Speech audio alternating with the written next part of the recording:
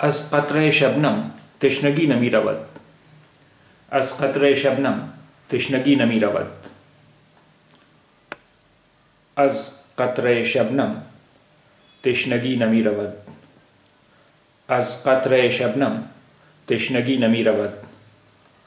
ये इसके हिंदी में इससे मिलती जुलती जो कहावत है वो है ओस चाटे प्यास नहीं बुझती। ओस चाटे प्यास नहीं बुझती। अब भाई इसके शाब्दिक अर्थ भी हम देख लें। अज़ यानी से, क़तरा यानी बूंद, शबनम ओस, तिश्नगी प्यास, नमी रवत नहीं जाती है, नमी रवत नहीं जाती है। तो